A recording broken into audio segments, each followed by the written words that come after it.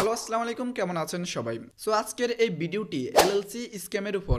আপনারা হয়তোবা Amazon wholesale বিজনেসের জন্য অলরেডি এলএলসি করেছেন বা এলএলসি করতে দিয়েছেন, বাট বর্তমানে এলএলসি নিয়ে এমন সব স্ক্যাম হচ্ছে যা আপনি কল্পনাও করতে পারবেন না। গত বেশ কয়েকদিন আগে আমাকে একজন ভাই হোয়াটসঅ্যাপে মেসেজ করে। সে জানায় যে তার এলএলসিতে তার কিছু সমস্যা মনে হচ্ছে। সে একজন পাকিস্তানিকে দিয়ে তার এলএলসি তৈরি করেছেন। যখন আমি তার কাছ থেকে তার এলএলসি নামটা নিই এবং অনলাইনে তার ডকুমেন্টগুলো সার্চ করি, তখন তার কোনো রেজাল্টই আসছিল না। তখন আমি তাকে জানাই যে আপনার এই এলএলসির কোনো অস্তিত্ব অনলাইনে নেই। তখন সে আমাকে তার এলএলসির সমস্ত ডকুমেন্ট পাঠায়, যে ডকুমেন্টগুলো একদমই কারেক্ট ছিল।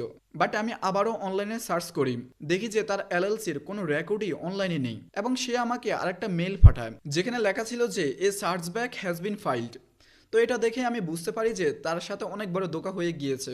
সে যাকে দিয়ে এলএলসি তৈরি করেছে সে তার সাথে অনেক বড় একটা স্ক্যাম করেছে। সে তার একটা কার্ড ইউজ করে তাকে এলএলসির সমস্ত ডকুমেন্ট তৈরি করে দিয়েছে এবং তাকে এলএলসির সমস্ত ডকুমেন্ট বুঝিয়ে দেওয়ার পর সে ব্যাংকে রিপোর্ট করেছে যে তার কার্ডটি চুরি হয়ে গিয়েছে এবং তার এই কার্ড থেকে কেউ একজন অন্য জায়গায় পেমেন্ট করে দিয়েছে।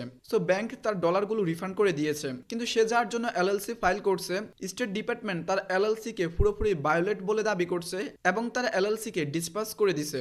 অর্থাৎ তার এলএলসির কোনো ডকুমেন্ট বর্তমানে অনলাইনে আর নেই। এরপর আমি তাকে পুরো ঘটনাটি বুঝিয়ে দেওয়ার পর সে তার ওই সার্ভিস প্রোভাইডারকে মেসেজ করে এবং সার্ভিস প্রোভাইডার তাকে বুঝ দেয় যে হয়তোবা স্টেট ডিপার্টমেন্টের ওয়েবসাইটে কিছু সমস্যা দেখা দিয়েছে, সে খুব তাড়াতাড়ি এই সমস্যাটা সলভ করে দিবে।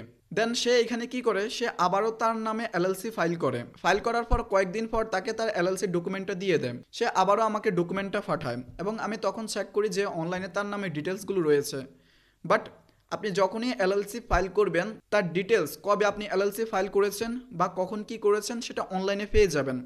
যখন আমি সেটা অনলাইনে চেক করি তখন আমি দেখি যে তার এলএলসিটা ফাইল হয়েছে ডিসেম্বর 25-এ, বাট তাকে ওই পাকিস্তানিটা ফার্স্টে যে তার ডকুমেন্টগুলো দিয়েছে সেটা ছিল ডিসেম্বর 5, 2025। সে যখন বুঝতে পারে যে তার ক্লায়েন্ট জেনে গিয়েছে সে স্ক্যাম করেছে, তখন সে আবারও এলএলসি ফাইল করে এবং তাকে ডকুমেন্টগুলো দিয়ে দেয়। সো আমি এইবারও গ্যারান্টি সে আরও কয়েকদিন পর আবারও তার সাথে স্ক্যাম করবে।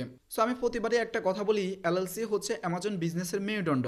সো এইখানে এসে আপনারা কম টাকার লোভে পড়ে বা কোনো ট্রাস্টেড ওয়ে থেকে যদি এলএলসি না করান তাহলে আপনারা অনেক বড় স্ক্যামের শিকার হবেন। হয়তোবা যখন আপনাকে এলএলসি সমস্ত ডকুমেন্ট বুঝিয়ে দিবে তখন আপনি এটি জানতে পারবেন না, বাট বেশ কিছু মাস পর আপনি এটিকে বুঝতে পারবেন। সো এর থেকে বাঁচার জন্য অবশ্যই আপনাকে ট্রাস্টেড ওয়ে থেকে এলএলসি বানিয়ে নিতে হবে। এরপর আপনাকে টাইম টু টাইম চেক করতে হবে যে আপনার সমস্ত ডকুমেন্ট ঠিক রয়েছে কিনা। আপনারা যদি একেবারে ট্রাস্টেড ওয়েতে অ্যামাজন হোলসেল বিজনেস শিখতে চান এবং এলএলসি ক্রিয়েট করতে চান তাহলে আমাদের এই ওয়েবসাইটে ভিজিট করতে পারেন। এছাড়াও আমাদের হোয়াটসঅ্যাপ নাম্বারে যোগাযোগ করতে পারেন। আর এলএলসি সম্পর্কিত আপনার যদি কোনো কিছু জানার প্রয়োজন হয় তাহলে ডিরেক্টলি আমাদেরকে হোয়াটসঅ্যাপে মেসেজ করুন। সো অ্যামাজন বিজনেস শুরু করতে যাচ্ছেন, আপনি এখানে ইনভেস্ট করতেছেন, এখানে কোনো ছেলে খেলা করতে আসেননি, তাই যেটাই করবেন খুবই ভেবেচিন্তে করবেন। সো সবাই সেফ থাকবেন এবং নিজের সাকসেসে এগিয়ে যান। ধন্যবাদ সবাইকে।